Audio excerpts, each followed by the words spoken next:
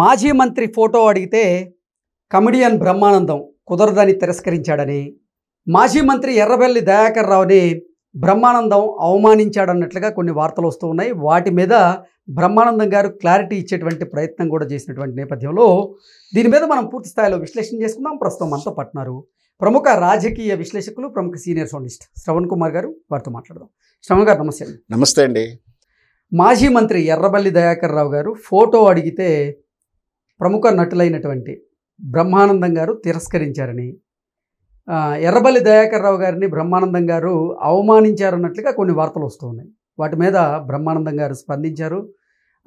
దయాకర్ రావు నాకు మంచి మిత్రుడు, నా సోదరుడు అన్నట్లుగా ఆయన ఆ అంశం గురించి కూడా మాట్లాడేటువంటి ప్రయత్నం చేశాడు.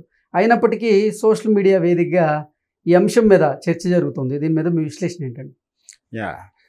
అది నిన్న ఒక 3 రోజుల కింద మోహన్ బాబు గారి యొక్క 50 వసంతాల సెలబ్రేషన్ అకేషన్ ఆ ఫంక్షన్కి వెళ్ళారు. అక్కడ జరిగినటువంటి సంఘటన దాని తాలూకు అపార్థం తాలూకు కన్క్లూజన్ ఇచ్చాడు, సంజాయిష్ ఇచ్చాడు బ్రహ్మానందం గారు. జనరల్గా నేనేం చెప్తున్నాను ఏంటంటే, గతంలో మనం నోరు అదుపులో పెట్టుకోవాలి అనేది ఒకటి ఉండే. ఇప్పుడు నోరు అదుపులో ఒకటే కాదండి, మన బిహేవియర్ కూడా అదుపులో పెట్టుకోవాల్సిన రోజు వచ్చేసింది. ఎందుకంటే మన యాటిట్యూడ్ ప్రకారమో మన సహజత్వమో ఏదో ప్రకారం మనం బిహేవ్ చేస్తున్నాం.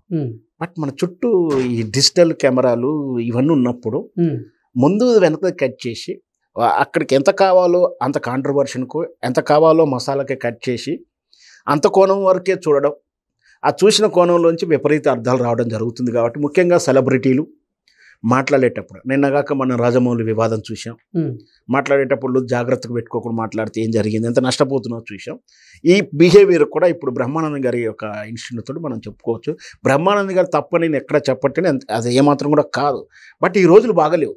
ఈ రోజు ఉన్నటువంటి సిచ్యువేషన్ ప్రకారం మన చుట్టూ యూట్యూబ్ ఛానల్స్ అనుకోవచ్చు, లేదంటే సినిమా అనుకోవచ్చు, ఏదైనా సరే అన్ని కెమెరాలు ఉన్నప్పుడు వాళ్ళు చూసి చూడందో, అర్థం కానియో, లేదా ముందు వెనక కట్ చేసి అక్కడ వరకే చూపించడంతో ఇక్కడ అపార్థం వచ్చింది. అసలు నిజంగా అలా జరిగిందా అంటే బ్రహ్మానంద్ గారు చెప్తుంది ఏమిటి, ఎర్రబెల్లి దయాకర్ గారు ఆడనే ఉన్నాడు, మాట్లాడుకున్నాం ఒక 5 నిమిషాలు, తీరా వెళ్ళిపోయేటప్పుడు ఫోటో దిగుదురా అంటే వదిలే అబ్బాయి వెళ్ళిపోతాను అన్నాడు. అంతవరకే జరిగింది. ఆ తర్వాత కూడా మళ్ళీ కలిసి పక్కనే కూర్చున్నాం.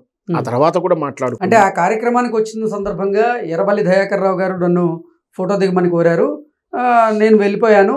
మేమిద్దరం మంచి స్నేహితులు, సోదరులం. ఆ తర్వాత కూడా, అంటే ఆ ఘటన తర్వాత కూడా మేమిద్దరం కలిసి 15 నిమిషాలు మాట్లాడుకున్నాము అదే ఈవెంట్లో అంటూ ఆయన మాట్లాడడం జరిగింది. అలాగే ఆ వివాదం మీద సంజాయిషి ఇచ్చేటువంటి ప్రయత్నం కూడా బ్రహ్మానందం గారు చేశారు. ఏంటి నిజంగా బ్రహ్మానందం గారు మాజీ మంత్రి అయినటువంటి ఎర్రబెల్లి దయాకర్ రావు గారిని ఫోటో విషయంలో అవమానించారా అంటే ఏం చెప్తారు? అవమానించడం జరగలేదనే చెప్తా ఉన్నాడు. నిజంగా కూడా జరిగిన క్రమం చూస్తే కూడా అవమానం జరగలేదు. అక్కడ ఏమంటున్నాడు, ఎప్పుడైతే మేము ఫంక్షన్ లోపలికి ఎంటర్ అయ్యారో దయాకర్ గారు కలిచారు, ఒక 5 నిమిషాలు మాట్లాడుకుంటే వెళుతున్న క్రమంలో ఫోటో దిగుదామంటే వద్దులే అబ్బా అని కూడా వెళ్ళిపోయాను. అది అదృష్టం. జనరల్గా సెలబ్రిటీస్ ఎట్లా ఉంటాయంటే, ఫోటో సెషన్ స్టార్ట్ అవుతే వదలరు ఎవరు. సెలబ్రిటీస్ ఎక్కడికి వెళ్ళినా కూడా ఫోటో సెషన్ అనేది ప్రారంభిస్తే వదలరు. ఒకళ్ళు ఇద్దరు 10 నిమిషాలు 20 నిమిషాలు. ఈ జనరల్గా ఏంటంటే, ఆ సెలబ్రిటీస్ వచ్చినప్పుడు ఆ ఫోటో దిగడానికి ఆరాటంలో వరుస క్రమంగా లైన్ అంతా కట్టేస్తారు. చివరికి ఆ ఫంక్షన్ జరుగుతున్న ఫంక్షన్కి వచ్చేటువంటి వర్క్ చేసే సర్వీసర్స్ లేబర్ కూడా దిగడానికి ఇష్టపడతారు. వాళ్ళని కాదంటే అవ్వదు. పైగా అక్కడ పడి వేస్ట్.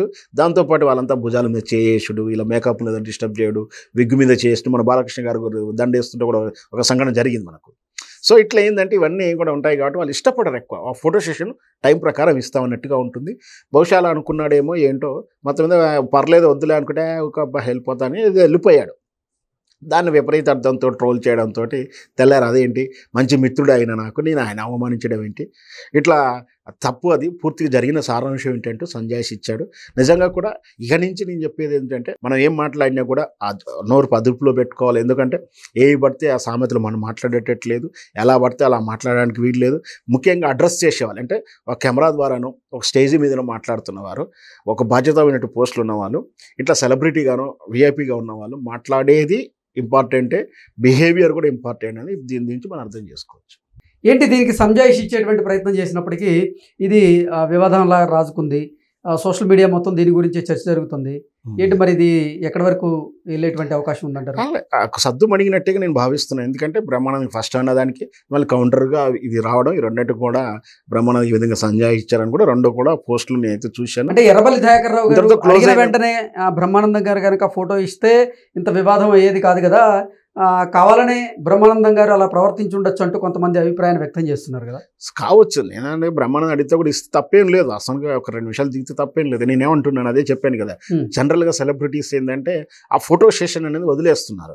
గతంలో మనం చూసిన గరకపాటి మీటింగ్లో కూడా చిరంజీవి గారిని ఎంత డిస్టర్బ్ చేస్తే ఆ డిస్టర్బ్లో గరకపాటి గారు కూడా చిరంజీవి గారు మీ ఆ ఫోటో సెషన్ ఆపండి అన్నారు.